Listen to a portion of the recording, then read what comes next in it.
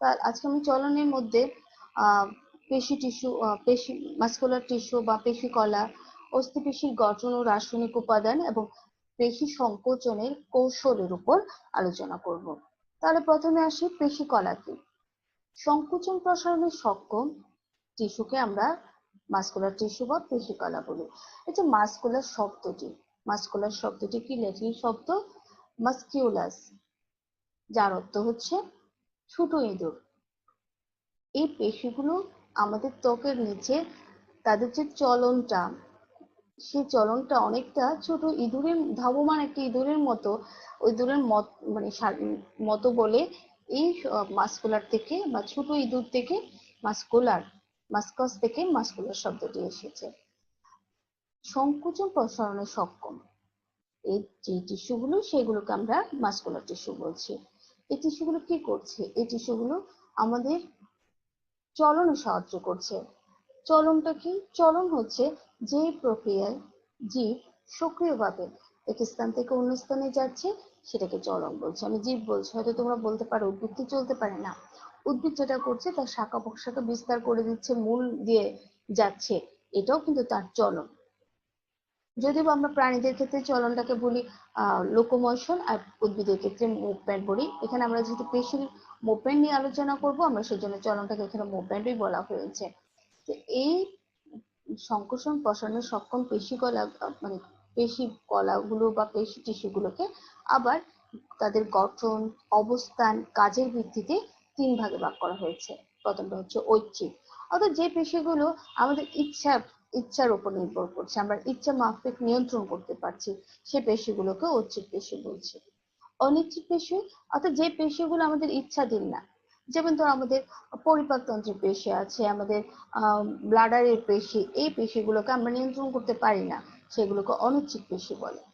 তারপর হৃদপেশি, যে পেশিগুলো দ্বারা হৃৎপিণ্ড গঠিত, সেই পেশিগুলোকে হৃদপেশি বলা হচ্ছে। আমরা যেহেতু চলন নিয়ে আলোচনা করব, পেশি কিভাবে সংকুচিত প্রসারিত হচ্ছে, অর্থাৎ পেশির মুভমেন্ট নিয়ে আলোচনা করছি, সেজন্য এক্ষেত্রে আমরা সবচেয়ে বেশি জোর দিচ্ছি ঐচ্ছিক পেশির উপর। আমরা আসলে আলোচনাটা ঐচ্ছিক পেশির উপরই করব। ঐচ্ছিক পেশি, ঐচ্ছিক পেশি আগে বলেছি একটা ভলান্টারি, অর্থাৎ যেটা আমার ইচ্ছার উপর।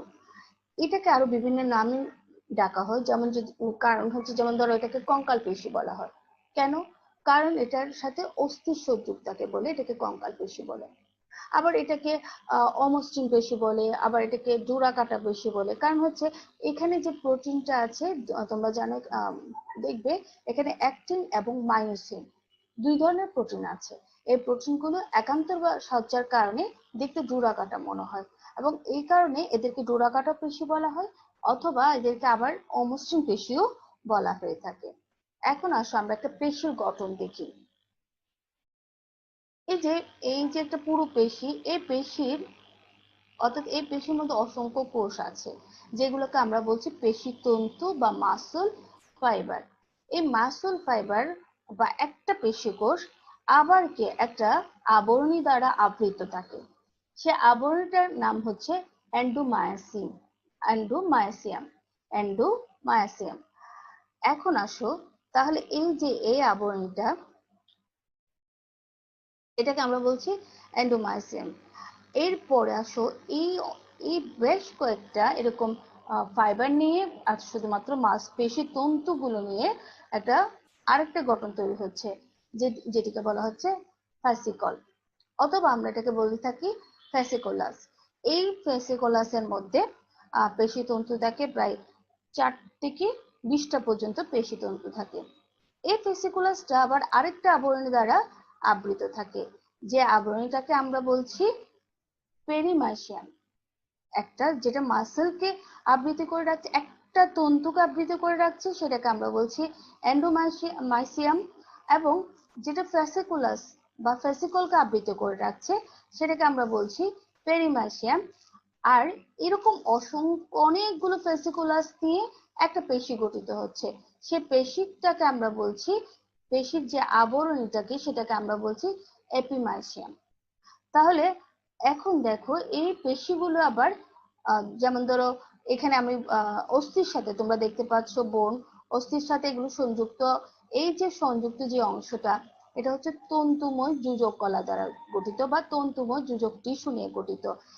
পেশি এবং অস্থির মধ্যে যে সংযোগকারী অংশটা আছে সেটাকে বলা হয় টেন্ডন। তোমরা নিশ্চয়ই জানো। আরেকটা আছে লিগামেন্ট। লিগামেন্ট কি? লিগামেন্ট হচ্ছে পেশি এবং পেশির সাথে সংযুক্তকারী অংশটাকে বলা হয় লিগামেন্ট।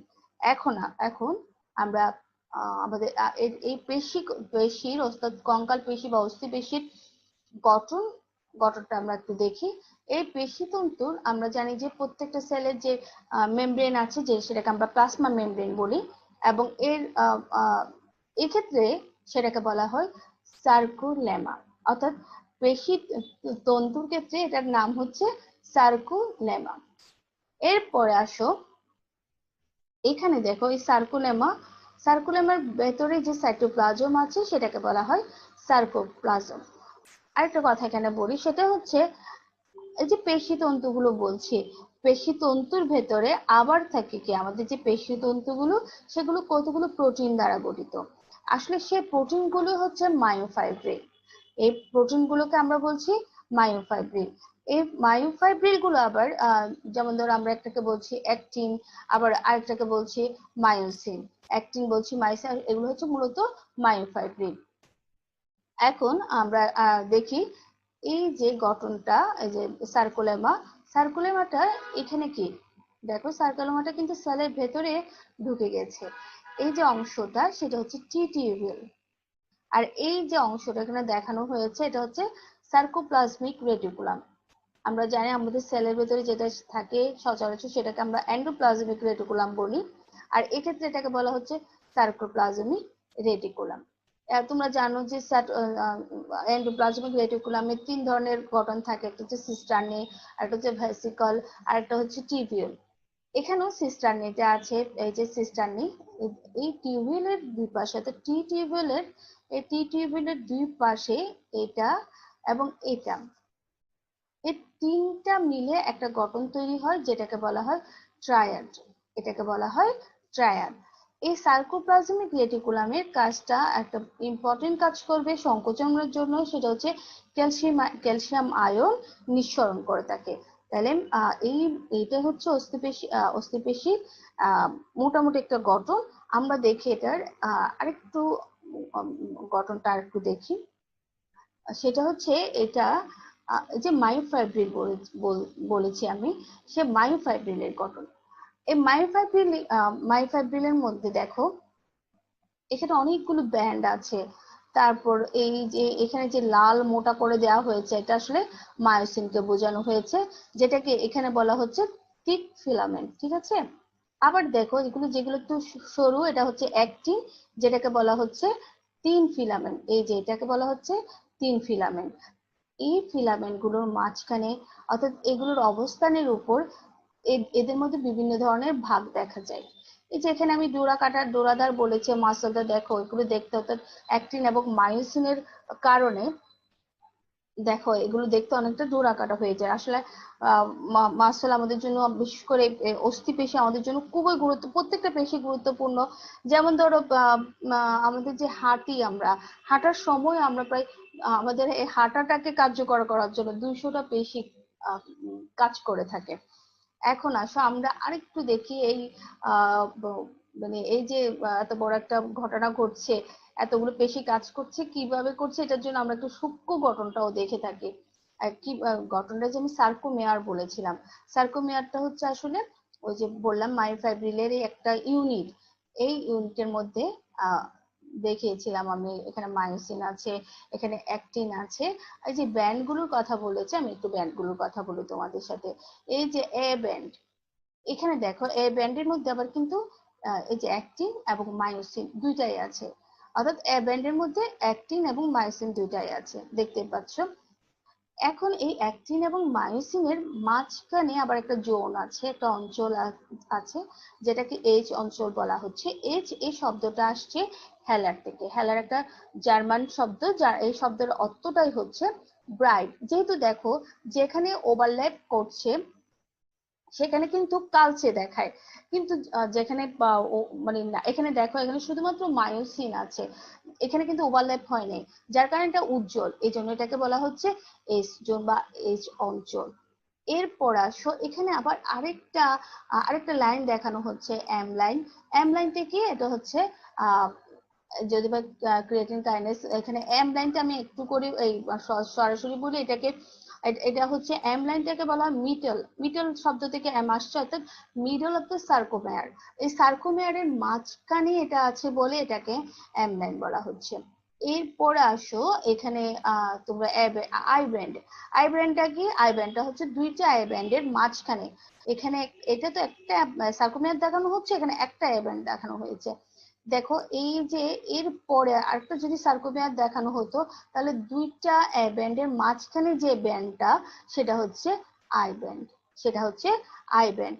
এরপরে এই যে জেড লাইন, জেড লাইনটা দেখো, জেড লাইনটা হচ্ছে জেড লাইন, এই যে জেড লাইন, জেড লাইন হচ্ছে এই ব্যান্ডের পরে যেটা আছে, অর্থাৎ আহ এখানে দেখো তোমরা, এখানে এম লাইন ব্র্যান্ড দেখিয়েছি, এস জোন দেখেছি, আবার আই ব্যান্ড। আচ্ছা জেট লাইনটা আমরা বলি, জেট লাইন এই যে এখানে যে জেট লাইনটা আছে, সেই জেট লাইনটা বা এটাকে জেট ডিস্ক বলা হয়, জেট বডি বলা হয়, এটার উৎপত্তি হলো আই ব্যান্ডের মাঝখানে। এখানে যেমন এস জোনটা আছে, এম লাইন আছে, ঠিক তেমনি আই ব্যান্ডের মাঝখানে হচ্ছে জেট লাইন। তাহলে আমরা আই ব্যান্ড বুঝলাম যে দুইটা এ ব্যান্ডের মাঝখানে যে অঞ্চলটা থাকবে সেটা, আবার আই ব্যান্ডের মাঝখানে যে লাইনটা থাকছে সেটাকে জেট লাইন বলছে। আবার এখানে দেখো এ ব্যান্ডের মাঝখানে, এ ব্যান্ডের মাঝখানে যে অঞ্চলটা সেটা হচ্ছে এস জোন, এবং এর মাঝখানে যে লাইনটা সেই লাইনটা হচ্ছে এম লাইন। এখন জেট লাইনের কথা একটু বলি, জেট লাইন মধ্যবর্তী যে সেগমেন্ট, আসলে দেখো এই যে এখানে একটা জেট লাইন আছে, এই যে এখানে জেট লাইন এবং জেট লাইন, এই জেট লাইনের মধ্যবর্তী, এই যে আমি উপরে দিই, জেট লাইনের এই মধ্যবর্তী অংশটাই হচ্ছে সার্কোমিয়ার, দুটি জেট লাইনের মাঝখানের এই অংশটাই হচ্ছে সার্কোমিয়ার। ঠিক আছে, তাহলে আমরা এরপর স্লাইডে যাই। এখন আমি তোমরা আগে স্লাইড ইয়েতে দেখেছো যে বারবার দুইটা ফিলামেন্ট বা দুইটা প্রোটিনের কথা বলছি, একটা হচ্ছে মোটা, একটা হচ্ছে সরু। মোটা ফিলামেন্ট যেটা আছে সেই ফিলামেন্টটাকে বলা হচ্ছে মায়োসিন। এই মায়োসিনটা দেখো দুইটা পলিপেপটাইড নিয়ে গঠিত, দুইটা পলিপেপটাইড নিয়ে গঠিত। আর হচ্ছে এখানে একটা মস্তক আছে এদের, এই যে এই অংশটাকে বলা হচ্ছে মায়োসিন দণ্ড, এবং এটাকে বলা হচ্ছে এই যে একটা এই অংশ থেকে একটু বাইরের দিকে, মানে বাইরের দিকে যে ক্লাব শেপ যে অংশটা, ক্লাব শেপ এই অংশটা, এটা দেখতে অনেকটা হকির যে স্টিক গুলো আছে, দেখো এদিক থেকে দিয়ে হকি এখানে বল হিট করার জন্য যে অংশটা, এটা ক্লাব শেপ যেটা, সেটা হচ্ছে এদের মস্তক। এখানে দুইটা সাইট আছে, দুইটা, একটা হচ্ছে অ্যাক্টিন বাইন্ডিং করার জন্য, আর একটা হচ্ছে এটিপি সাথে মানে বাইন্ড হওয়ার জন্য, সংযুক্ত হওয়ার জন্য। আর এই যে অংশটা এটাকে আমরা বলে থাকি মায়োসিন দণ্ড। এবং এই মস্তকটাই কিন্তু তোমরা, এই যে আজকে আমরা কৌশলটা পড়বো কিভাবে আমাদের পেশি সংকুচিত হচ্ছে, প্রসারিত হচ্ছে, কি কারণে হচ্ছে, যে সাইকেলটার কথা বলবো সেটা হচ্ছে cross bridge cycle. Cross bridge সাইকেলটার একটা ইম্পর্টেন্ট অংশটা হচ্ছে এই মস্তকটা। এখন আমরা দেখি সরোফিলামেন্ট বা অ্যাক্টিনটা। সরোফিলামেন্ট বা অ্যাক্টিন, এখানে তিনটা, এখানে মানে তিনটা প্রোটিন আছে, তিন ধরনের প্রোটিন আছে। এই যে দেখো এখানে অ্যাক্টিন প্রোটিন, যেটার মধ্যে এখানে যে গঠনটা তৈরি হয়েছে, এই যে যে লম্বা মানে এটা হচ্ছে অ্যাক্টিন প্রোটিন দ্বারা গঠিত হয়েছে যে গঠনটা, এবং এই দুটি তন্তুময় গঠন, এটা আবার এই যে অ্যাক্টিন প্রোটিনটার মধ্যে এগুলোকে বলা হয় এফ অ্যাক্টিন। এই যে যে দুইটা তন্তু গঠিত হয়েছে গোলাকার বলগুলোর মতো প্রোটিনগুলো নিয়ে যে তন্তুটা গঠিত হয়েছে, সেই পুরো তন্তুটাকে বলা হয় এফ অ্যাক্টিন। এবং এখানে যে গোলাকার এই তন্তুগুলো, যে এই গোলাকার প্রোটিনগুলো নিয়ে গঠিত, সেগুলোকে জি অ্যাক্টিন বলা হয়। আর আছে ট্রপোমায়োসিন। ট্রপোমায়োসিন এই যে যেটা এখানে আছে, ট্রপোমায়োসিন কি করে, ট্রপোমায়োসিন এখানে এই যে জি অ্যাক্টিন, যেটা অ্যাক্টিনের আসলে কার্যকরী সাইট আমরা বলে থাকি, অ্যাক্টিভ সাইট, এটাকে ঢেকে রাখে। আবার যখন ক্রসব্রিজ এই সাইকেলটা শুরু হবে তখন এটাকে উন্মুক্ত করে দেয়। এই যে দেখতে পাচ্ছ, এটা অবশ্য ক্যালসিয়াম আয়নের একটা গুরুত্বপূর্ণ ভূমিকা আছে। আর আছে ট্রপোনিন কমপ্লেক্স। এখানে কমপ্লেক্স বলছি এ কারণে ট্রপোনিনের 3টা প্রোটিন কাজ করে, একটা হচ্ছে সি, একটা হচ্ছে আই, একটা আই আর একটা হচ্ছে টি। তাহলে ট্রপোনিনে কিন্তু 3টা গ্লোবিউলার প্রোটিন কাজ করে থাকে, একটা হচ্ছে সি, একটা হচ্ছে আই এবং একটা হচ্ছে টি। এবং এই ট্রপোনিন কমপ্লেক্সের কমপ্লেক্স একটি ক্যালসিয়াম নির্ভর মানে সুইচের মতো বলতে পারো, যা পেশি সংকোচনের নিয়ন্ত্রণ কেন্দ্র হিসেবে কাজ করছে। তাহলে এখানে আমি একটু এটা আমরা আবার দেখব, তারপর বলছি। এই যে দেখো, যখন ক্যালসিয়াম আয়নটা কিন্তু যখন ট্রপোনিনের সাথে সংযুক্ত হয়, ট্রপোমায়োসিন কিন্তু অ্যাক্টিভ সাইট অর্থাৎ গ্লোবিউলার যে প্রোটিনগুলো আছে সেগুলোর অ্যাক্টিভ সাইটটাকে উন্মুক্ত করে দিচ্ছে, যাতে মায়োসিন আর মস্তকটা সংযুক্ত হতে পারে।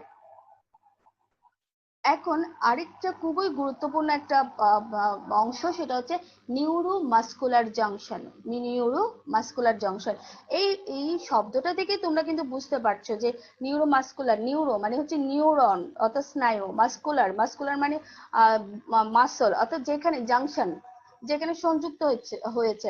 তাহলে নিউরোমাস্কুলার জাংশনটা হচ্ছে যেখানে পেশি এবং স্নায়ু এবং কঙ্কাল পেশি একসাথে সংযুক্ত হয়েছে।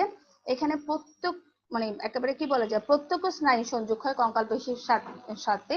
এটা আসলে অন্য কোনো পেশির ক্ষেত্রে এই যে জাংশনটা আসলে দেখা যায় না। আমরা জানি যে এখানে যে স্নায়ুটা আছে সেটা হচ্ছে চেস্টীয় স্নায়ু বা মোটর স্নায়ু। এখানে কিন্তু এই যে নিউরোমাস্কুলার জাংশনটা গঠিত হয়েছে, এখানে স্নায়ুর যেমন ভূমিকা আছে, পেশিরও সেরকম ভূমিকা আছে। এখন আমরা দেখি এগুলোকে আমরা কি নামে ডাকি, যে এখানে অ্যাক্সনটা অর্থাৎ নিউরনের অ্যাক্সনটা আসছে, অ্যাক্সনটা এত কাছে চলে আসে ভাস্কুলার মানে পেশির সাথে, এখানে প্রান্তীয় অংশগুলো কিন্তু কি হয়ে যায়, প্রান্তীয় অংশগুলো যে মায়োলিন শীটটা থাকে, মায়োলিন শীট বা মায়োলিনের পর্দাটা যেটা থাকে সেটা কিন্তু লুপ্ত হয়ে যায়। লুপ্ত হয়ে যায় এখানে কতগুলো বাল্বের মতো অংশ গঠিত হয়। আবার এই বাল্বগুলোকে ধারণ করার জন্য এখানে দেখা যায় এই যে মাসেল গুলোতে, পেশি কোষগুলোতে এরকম কতগুলো ইনভেজিনেশন বা খাঁজের সৃষ্টি হয়। এরকম এই খাঁজগুলোর মধ্যে কিন্তু কি হচ্ছে, এই যে আমি যে বাল্বের কথা বললাম, এভাবে বাল্বগুলো গঠিত হচ্ছে। আবার এটাও ঠিক যে একদম যে অনেক জায়গায় এটা ঠিক এটা সংযুক্ত, কিন্তু এর মাঝখানে একটা ফাঁকা জায়গা থাকে, এই যে একটা ফাঁকা জায়গা থাকে যেটাকে বলা হচ্ছে ক্লেফট, এটাকে বলা হয় ক্লেফট। তোমরা যেমন যদি স্নায়ুকোষ পড়ো তাহলে দেখবে ওখানে একটা কি সিনাপসিস আছে। এখন এই যে কাজটা আমরা একটু দেখি আসলে কি করছে এখানে নিউরোমাস্কুলার। আর এটা মোটর এন্ড প্লেট বলা হয়ে থাকে, এই যে অনেকে এটাকে অ্যাকশনের প্রান্তটাকে মোটর এন্ড প্লেট বলে থাকে, মোটর প্রান্ত বলে থাকে। আসলে এখানে এটা যে স্নায়ুর বাল্বের কথা যেটা আমি বললাম, এখানে আমি একটু করে দেখালাম যে স্নায়ুর বাল্ব আকৃতির যে অংশটা প্রসারিত হয়ে নিচে পেশিকোষের আবরণীর যে পরবর্তীতে যে অংশটা, সেটাই হচ্ছে মূলত দেখো মোটর এন্ড প্লেট। আমি এটা এই কারণে বলছি, অনেক বইয়ে তোমরা পাবে অ্যাক্সনের যে প্রান্তটা বাল্ব গঠন করছে সেটাকে মোটর এন্ড প্লেট বলছে এই কারণে। আরেকটা গুরুত্বপূর্ণ জিনিস যেটা টি টিউবুল, আমি আগে বলেছিলাম, এই টি টিউবুলটা কিন্তু সার্কুলেমা থেকে, তোমরা দেখেছো সার্কুলেমা থেকে এটা এখানে কি ঢুকে গেছে। আসলে পেশি তন্তুর টি টিউবুল কিন্তু তোমরা কারের পেশি তো পেয়েছো, টি টিউবুল কিন্তু এই যে পেশির ভেতর ঢুকে গেল কেন, এখানে কিন্তু আমরা যে পেশি বা যে কঙ্কাল পেশির কথা বলছি, কঙ্কাল পেশির ডায়ামিটার কিন্তু বেশি, সেই জন্য টি টিউবুল এখানে প্রবেশ করেছে যাতে অ্যাকশন পটেনশিয়ালটা কিন্তু সরাসরি কি করতে পারে, এখানে ছড়িয়ে দিতে পারে। অ্যাকশন পটেনশিয়ালের কথা যখন আসলো, তাহলে এখানে যে মস্তিষ্ক থেকে বিভিন্ন স্নায়ুর মাধ্যমে আসলো, এসে এখানে অ্যাকশনের মধ্যে দেখতে পাচ্ছ সিনাপটিক ভেসিকল, সিনাপটিক ভেসিকল আছে। সিনাপটিক ভেসিকলের এখানে অ্যাসিটাইল কোলিন এরা ধারণ করে। এখন অ্যাসিটাইল কোলিনটা কি করবে, যে ইম্পালসটা নিয়ে আসছে সেই ইম্পালসটা এখানে বিমুক্ত করবে। বিমুক্ত করার পর এখানে কি থাকে, রিসিপ্টর যেটা থাকে মাসেলের রিসিপ্টরটা এটা গ্রহণ করবে এবং পরবর্তীতে এটা মানে এই উদ্দীপনাটা পেশির ভেতরে প্রবেশ করছে, মানে পেশি কোষের ভেতরে প্রবেশ করছে। আবার এখানে এই যে সবসময় তো আর অ্যাসিটাইলকোলিন কার্যকর থাকবে না, এটার বেশিক্ষণ কাজ থাকলে তো সারাক্ষণই সংকুচিত হতে থাকবে। তাহলে কি হবে, এখানে এই যে মাসেলের এখানে এখানে আবার একটা এনজাইম আছে, সেই এনজাইমটাকে বলা হয় কোলিন এস্টারেজ বা অ্যাসিটাইলকোলিন স্টারেজ। এটা কি হয়, এটা এটা যখন অ্যাসিটাইলকোলিন বিমুক্ত হলো তখন এটা কিছু অল্প সময় পরে এটাও বিমুক্ত হবে, যাতে অ্যাসিটাইলকোলিনটাকে কি করে ফেলতে পারে, ধ্বংস করে ফেলতে পারে, মানে বিনষ্ট করে ফেলতে পারে, যাতে আগের জায়গায় সেই ফিরে যায়, আগের জায়গায় ফিরে যায়। অনেক সময় তোমরা দেখবে টুইক একটা শব্দ আছে, এখানে হচ্ছে তবে আমাদের মাসেলটা পেশি কোষে প্রচুর আহ স্নায়ু আছে, প্রত্যেকটা পেশি তন্তু বলতে পারো, একটা একটা পেশি বা একটা একটা নার্ভ এদের মধ্যে মানে আছে, একটা একটা নার্ভের প্রান্ত প্রান্ত এদের মধ্যে আছে। তো এখন আসো আমরা পরবর্তী এখানে টিটিবিএল এর মাধ্যমে কথা বললাম, আচ্ছা এটা তো সার্কোপ্লাজমিক রেটিকুলাম আমরা আগেও দেখিয়েছি। এখন আসো আমরা অস্থিপেশির রাসায়নিক উপাদান কি কি আছে একটু দেখে নিই। যেমন পানি আছে, প্রোটিন আছে, কার্বোহাইড্রেট, বিভিন্ন অজৈব লবণ আছে, এনজাইম আছে, ইলেকট্রোলাইট, ইলেকট্রোলাইট অবশ্যই আছে, কারণ ইম্পালস বহন করার জন্য আমাদের প্রত্যেকটা সেলে কিন্তু বিভিন্ন ধরনের ম্যাগনেসিয়াম আয়ন বলো, ক্যালসিয়াম আয়ন বলো, এরকম অনেকগুলো ইলেকট্রোলাইট কাজ করে থাকে। এখন পেশি সংকোচনের কৌশল, যেটাকে আমরা বলছি sliding filament theory. Sliding filament theory মানে স্লাইডিং একটার উপর দিয়ে একটা চলে যাচ্ছে, স্লাইড করছে, এটাকে রেসিট মেকানিজমও বলে। আমরা যখন পড়বো তখন দেখবে যে আসলে কেন রেসিট মেকানিজম বলা হচ্ছে। অর্থাৎ একটা যদি হুকওয়ালা হুকযুক্ত দাঁতালো মানে একটা চাকা যদি শুধু একদিকে ঘুরে যেরকম হবে, অনেকটা এই যে মাসল গুলো সংকুচিত হচ্ছে তার আহ পুরো মানে সংকুচিত হওয়ার অংশটা, মানে সংকুচিত হওয়ার ধরনটা অনেকটা এরকম বলে এটাকে বলা হচ্ছে স্লাইডিং ফিলামেন্ট থিওরি। স্লাইডিং এই ফিলামেন্ট থিওরিটা দিয়েছেন হাক্সলে এবং হ্যানসেন, এরা 1954 সালে দিয়েছেন। এটা আসলে এটা মতবাদ যেটা সর্বজন গৃহীত বলতে পারো। এটার মূল যে ভিত্তিটা কিসের উপর, এটা হচ্ছে সার্কোমিয়ার সংকুচিত হতে সক্ষম, এই ধারণার উপর এই মতবাদটা প্রতিষ্ঠিত। এখন আসো আমরা একটু স্লাইডিং ফিলামেন্ট থিওরিটা একটু এক নজরে দেখি। তাহলে প্রথমে পেশি সংকোচনের সূত্রপাতটা হচ্ছে কিভাবে, আমাদের স্নায়ু উদ্দীপনা মস্তিষ্ক থেকে পেশির দিকে গমন করছে, তারপর নিউরোমাস্কুলার জাংশনে আসছে, এরপরে সিনাপটিক ভেসিকলের কথা আমরা বলেছি, যেখানে অ্যাসিটাইলকোলিন আছে, ক্ল্যাপটো অ্যাসিটাইলকোলিন বিমুক্ত হচ্ছে, সার্কুলার রিসেপ্টর এটা সংযুক্ত করছে, তারপর অ্যাকশন পোটেনশিয়ালটা টিটিবিউলের মাধ্যমে মায়োফাইব্রিলের সার্কোপ্লাজমিক রেটিকুলামে যাচ্ছে এবং ক্যালসিয়াম আয়ন মুক্ত হচ্ছে। এরপর এটিপিএস এনজাইম সক্রিয় হচ্ছে, এটিপির ভাঙন হচ্ছে, মায়োসিন এবং অ্যাক্টিনের ক্রস ব্রিজ হচ্ছে। আচ্ছা, এখানে আমি একটু ছবির মাধ্যমে দেখানোর চেষ্টা করেছি তোমাদেরকে, যখন পেশিতে রিল্যাক্সড বা যেটা মানে প্রসারিত অবস্থায় বা স্লতন অবস্থায় থাকে, তখন এই দেখো অ্যাক্টিন এবং এদের মধ্যে ওভারল্যাপিং করার জায়গাটা কিন্তু কম। এখানে কিন্তু কি করে, এই যে মায়োসিনটা টেনে কিন্তু এই অ্যাক্টিনকে এই অঞ্চলে, এটাকে আমরা তো বলেছি আমরা এই এই জায়গাটাকে বলি এ ব্যান্ড, এটাকে তো বলি আমরা এ ব্যান্ড। হ্যাঁ, এই ব্যান্ডের দিকে কি করে এই যে মোটা এখান থেকে মাথাগুলো বের হয়ে ক্রস ব্রিজ গঠন করবে এবং এটাকে টেনে নিয়ে আসতে চায়, অ্যাক্টিনকে টেনে নিয়ে আসে, এই যে আস্তে আস্তে টেনে নিয়ে আসছে, একদম যখন টেনে নিয়ে আসছে এস জোনটা কিন্তু দেখো সংকুচিত হয়ে গেছে, যে এস জোনটা সংকুচিত হয়ে গেছে, তখন পুরো সার্কোমিয়ার সংযুক্ত, এরকম অনেকগুলো সার্কোমিয়ার তো সংকুচিত হচ্ছে, তখন আমাদের পেশিটাও কিন্তু কি হচ্ছে, সংকুচিত হয়ে যাচ্ছে। তো এখন আসো আমরা একটু একটা ভিডিওর মাধ্যমে আমরা দেখব যে আমাদের ইয়েটা পেশির যে মুভমেন্ট যেটা সেটা কিভাবে হচ্ছে। আম, একটু আমরা দেখছি পেশির, আমরা ভিডিওটা একটু অন করছি, আমরা ভিডিওটা অন করে একটু আমরা দেখছি যে পেশির মুভমেন্টটা কিভাবে হচ্ছে ভিডিওর যে দেখানো হয়েছে, এটা আসলে অ্যানিমেশন একটা। এই যে তোমরা দেখতে পাচ্ছ এখানে পেশি সংকুচিত হচ্ছে, যে ফোর্সটা, সে ফোর্সটা কিন্তু কি করছে, অস্থিটাকে টেনে নিয়ে যাচ্ছে, অস্থিটাকে সঞ্চালিত করছে।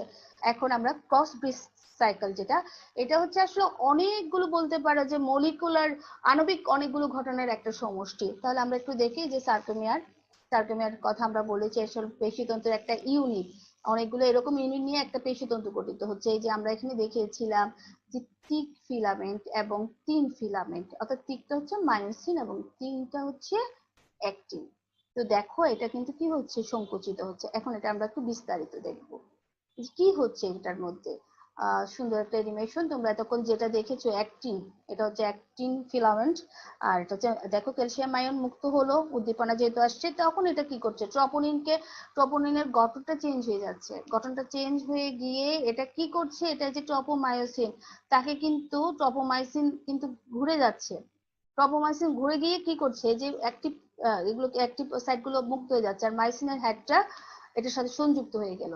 মাইসিনের হেড সংযুক্ত হওয়ার আগে কিন্তু ঘটনা ঘটে, কি ঘটনা ঘটে, এখানে কিন্তু এটিপি, সে এটিপি গ্রহণ করে মাইটোকন্ড্রিয়া থেকে এটিপি যায়, এই যে এটিপি ঢুকলো, এই এটিপি কি করবে এখন, এডিপি এবং ইনঅর্গানিক ফসফেট, এই দেখো এটিপি এবং ইনঅর্গানিক ফসফেটে বিশ্লিষ্ট হয়ে গেল হাইড্রোলাইসিস প্রক্রিয়া। তাহলে এখানে কিন্তু কিছু শক্তি লিবারেট হয়েছে, যেটার মাধ্যমে সে কিন্তু কি করতে পারছে, এই যে সক্রিয়টা হয়েছে। এখন দেখো আমরা একটু দেখে এখানে এটা কোন সক্রিয় সক্রিয় অবস্থায় আছে, ফরমেশনটা হচ্ছে ক্রস বেস ফরমেশনটা। দেখো অ্যাক্টিভ সাইডের সাথে সে কিন্তু ওই যে শক্তিটা নিয়ে সেই কি মানে শক্তিটা পেলে, যে ইনঅর্গানিক ফসফেটটা চলে গেল, সে কিন্তু একটা অ্যাক্টিভ সাইডের সাথে সংযুক্ত হয়ে গেল। এরপরে দেখো পাওয়ার স্ট্রোক, সেটা কিরকম, সে এখানে কিন্তু কি হচ্ছে, আবার এডিপি চলে যাচ্ছে, এডিপি যাওয়ার পরে সে কিন্তু মানে 90 ডিগ্রি থেকে একটা আরেকটু কৌণিক ভাবে ঝুলে গিয়ে আরেকটা অ্যাক্টিভ সাইডের সাথে সে কি হচ্ছে, 90 ডিগ্রি থেকে 45 ডিগ্রিতে সে কৌণিক ভাবে আন্দোলিত হয়ে অ্যাক্টিনের যে মায়োফিলামেন্ট কে সার্কোমিয়ার কেন্দ্রের দিকে টেনে আনতে যাচ্ছে। এখন আবার আরেকটা এটিপি আসলো, সে এটিপিটা আসার পরে এখন কিন্তু ডিটাচমেন্ট হয়ে যাচ্ছে। এখন এইটা রিঅ্যাক্টিভেশন হবে, এখানে এডিপিটা আবার ভাঙবে, আবার শক্তিটা পাবে। যে দেখো আবার ভাঙলো এটিপি, ইনঅর্গানিক ফসফেট এবং এডিপিতে, সে এখন শক্তিটা আবার পাবে, সে কিন্তু বাইন্ডিংটা মুক্ত হয়ে আগের জায়গায় অর্থাৎ 90 ডিগ্রি অ্যাঙ্গেলে সে ফিরে আসলো।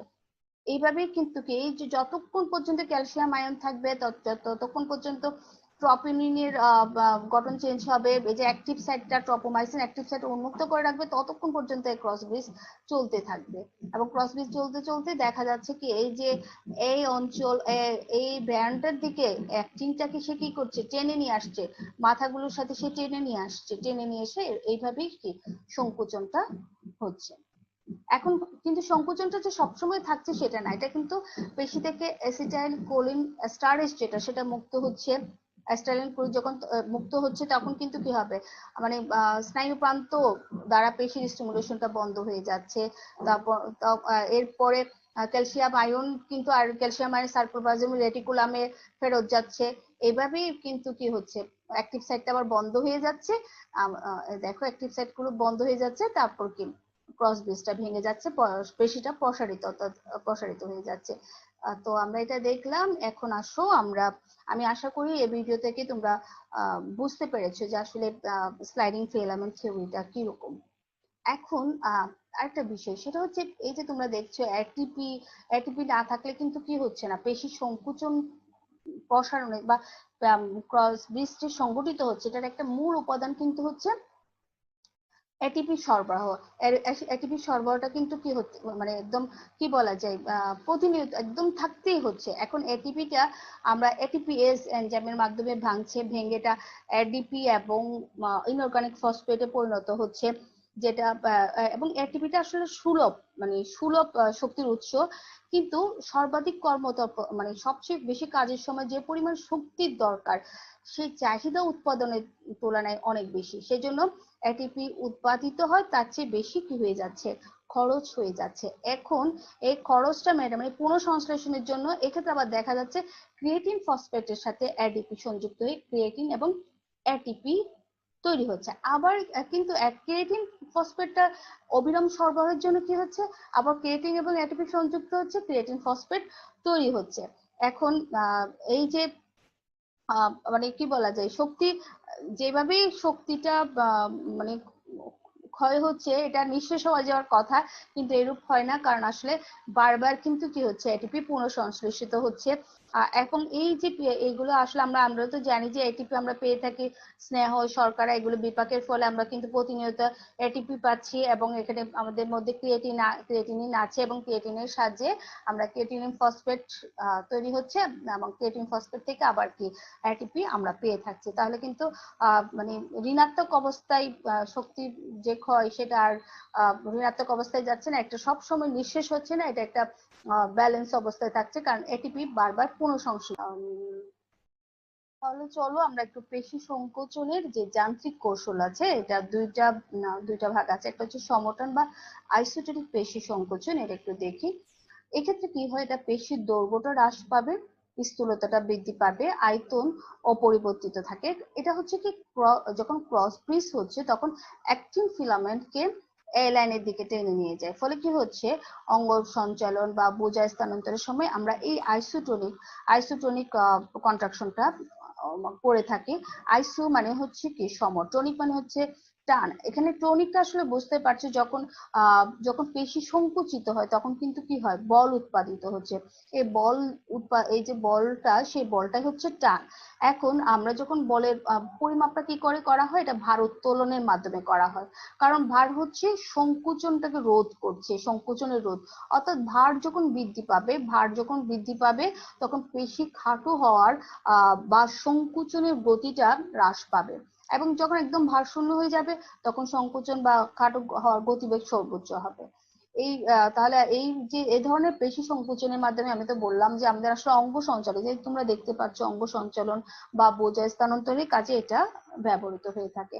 এরপর আসো আইসোমেট্রিক কন্ট্রাকশন। এক্ষেত্রে পেশি টান বৃদ্ধি পাচ্ছে, কিছু পেশির দৈর্ঘ্যটা, অর্থাৎ এটা পেশি কিন্তু সংকুচিত হচ্ছে না, দৈর্ঘ্যটা কিন্তু অপরিবর্তিত থাকছে। এক্ষেত্রে দেখা যাচ্ছে কি একই স্থানে অ্যাক্টিন ফিলামেন্টের একই স্থানে বারবার যখন মায়োসিনটা কি হচ্ছে সংযুক্ত হচ্ছে, তখন সে কিন্তু কি হচ্ছে না, মায়োসিনের হেডটা, মস্তকটা অ্যালাইনের দিকে অ্যাক্টিনকে টেনে আনতে পারে না, ফলে কিন্তু কি হচ্ছে এখানে দৈর্ঘ্যটা একই থেকে যাচ্ছে, মানে সমদৈর্ঘ্য হচ্ছে। এর ফলে এই ধরনের সংকোচনের মাধ্যমে আসলে আমরা গ্র্যাভিটির বিপরীতে কাজ করে থাকি, আমাদের দেহ ভঙ্গিটাকে স্থিরভাবে বজায় রাখা বা একটা বোঝা নির্দিষ্ট অবস্থানে ধরে রাখা, এই কাজগুলো কিন্তু হয়ে থাকে আমাদের এই আইসোমেট্রিক কন্ট্রাকশনের মাধ্যমে। এখন আমরা একদম শেষ পর্যায়ে চলে আসছি। আমি আশা করি আজকের লেকচার থেকে তোমরা এই ধরনের যদি প্রশ্ন হয় তাহলে অবশ্যই পারবে। যেমন আমি ছোট একটা প্রশ্ন করলাম যে কেন বায়োলজিক্যাল মোটর বলা হচ্ছে পেশিকে, কঙ্কাল পেশিকে, বা কঙ্কাল পেশির সূক্ষ্ম গঠন তোমরা বর্ণনা করো, বা পেশি সংকোচনের কৌশলকে কেন স্লাইডিং মতবাদ বলা হচ্ছে, বা